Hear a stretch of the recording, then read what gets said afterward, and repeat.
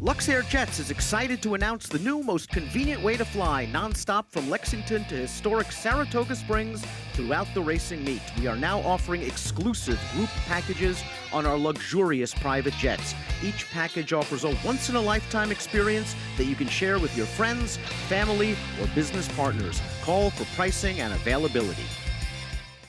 As rain starts to fall here in the paddock, it's time for a rather soggy edition of the Saratoga Reports, brought to you by LuxAir Jets. My guest today, as I promised yesterday, David Grening, the hardest working man up here at Saratoga during the summer. The second hardest working person up here is Barbara Livingston, who's behind the camera this afternoon. Dave, we're going to talk about the 4 stakes races on Saturday's card. Great card.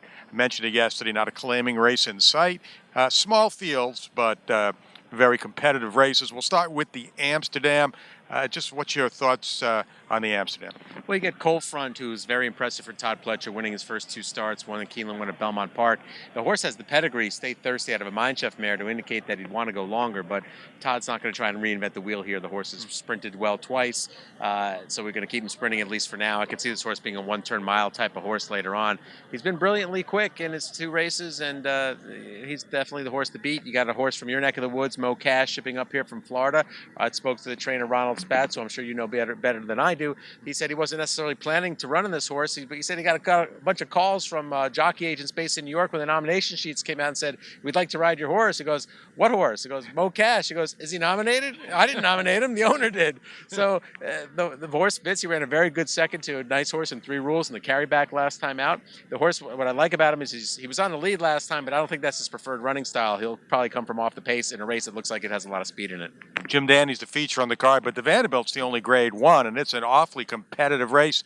Whitmore's out, but a couple of Kentucky horses in there that could be competitive is Limousine Liberal and Birdsong. Also, the defending champ, AP Indian. Yeah, I like Limousine Liberal just where he's drawn on the outside and post 8. I think he can sit a very nice trip. Now, he looks to be a better horse at Keeneland than maybe anywhere else in the country, but he did run a good second here. I believe it was the King's Bishop to Run Happy, I think it was, if I'm not mistaken, a couple of years ago. It was. So I'm glad not to be mistaken. So he does show one good race on this surface here. I just like where he's posted. AP Indian, I believe, as the rail, high weight, not, and he missed a race last time. I'm wondering if maybe he needs this to get to the forego. A lot of speed in there, too. Birdsong's going to be running late on the turnback. Birdsong, a very talented horse, an interesting decision here to cut him back to, I believe, the 6.5. I think it might be a little bit short for him, though. This, again, to get to the forego. The Bowling Green, I don't know who's going to win, but one thing I do know, Ascend is not going to be 27-1 like he was in the Manhattan. No, he won't. He beat me that day. I had time test. Ascend now 3 for 3 since getting Lasix. Going to try a mile and 3/8 for the first time. I'll tell you, a horse in there that doesn't get a ton of respect, but is a very hard knocking runner. That's a bigger picture for Mike Maker. All the horse does is seem to win.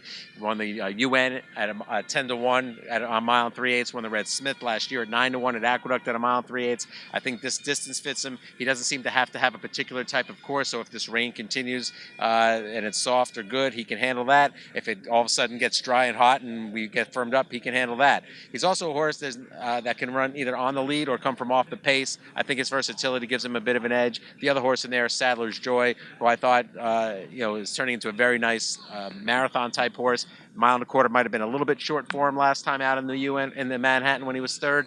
He got caught on the soft ground and in the inside in the Man of War when the Philly Zukova crushed everybody that day. Before we talk about the Jim Dandy, let's go back one day to the Curlin.